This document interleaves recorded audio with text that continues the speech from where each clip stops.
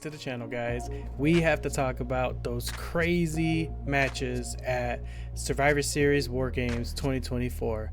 I mean, from the women's War Games turnout to the battle between Damian Priest and Gunther, and that crazy men's War Games turnout at the very end. Let's not even take no more time. Let's get right into it. Of course, the show started off with the women's War Games, and what an amazing fight. I mean, these women put everything out there, put out all the stops. I mean, there were so many weapons in that ring. It was absolutely incredible. Rhea Ripley came out with this crazy looking face protector mask, and she looked absolutely like terrifying, threatening, and Liv Morgan was like second guessing everything.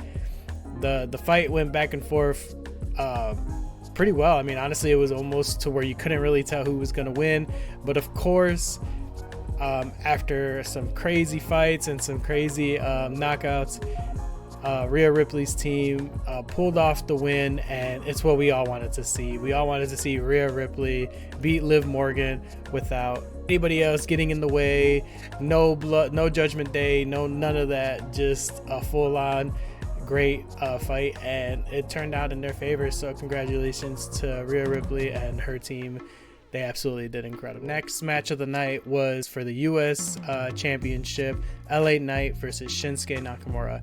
This fight was honestly a good back and forth between the two. You can tell Shinsuke kind of had some mind games going on with LA Knight. LA Knight did seem a little off throughout the match. I mean, he did put up a good fight, but at the end of the day, with the shocking twist, Shinsuke beat LA Knight and now is the US champion again. This is his third time winning this championship. So now we're gonna see how this all plays out later on, because LA Knight's had it and he's beaten everybody. So the fact that he lost it, there definitely is gonna be some repercussions later on. Next, it was time for the Intercontinental Championship, and instead of being a normal one-on-one, we had a three-way match. So it was anybody's game.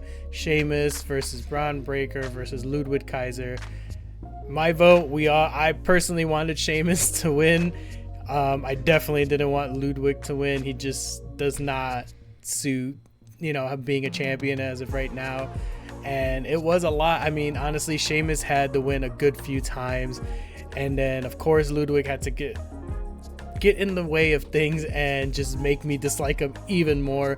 But at the end of the day, Braun Breaker still retained his championship and honestly knocked the crap out of both of them. But Sheamus did put up a really good fight. I mean, he was close. He honestly almost had it a couple times, but Braun Breaker is still our champion for the Intercontinental title. One of my most anticipated matches was up next, and it was for the Heavyweight Championship, Gunther versus Damian Priest. Now, we all know Damian deserved to go against Gunther another time because the way he lost was not his fault.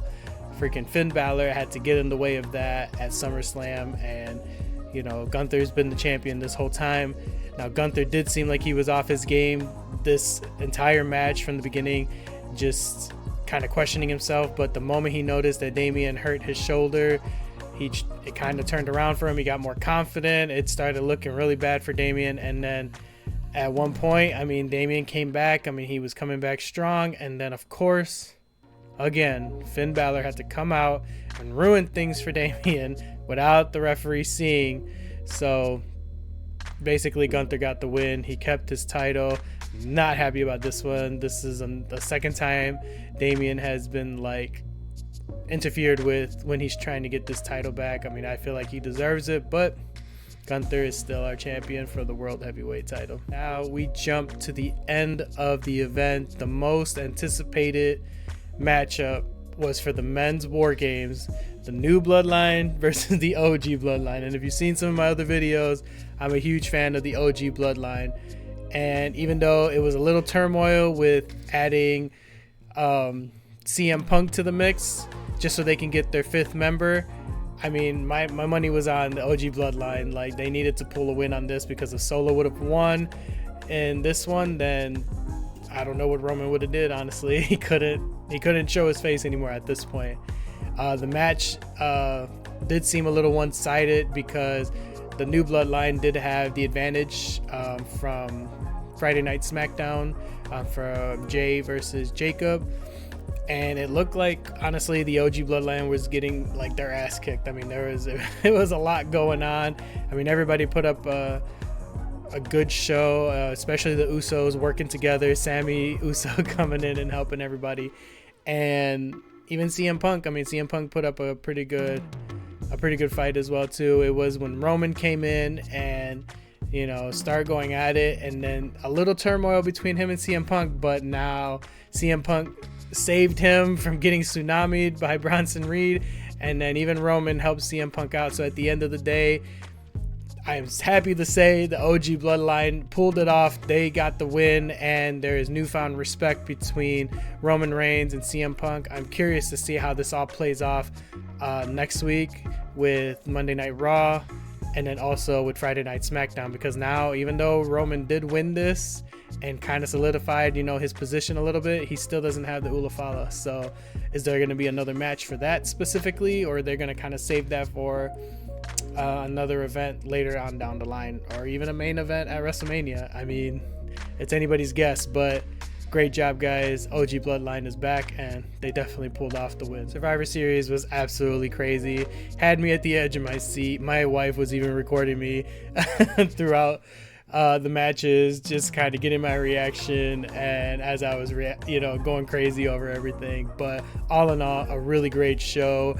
Apparently another sold out arena. WWE is killing it, and I cannot wait for the next events that are coming along.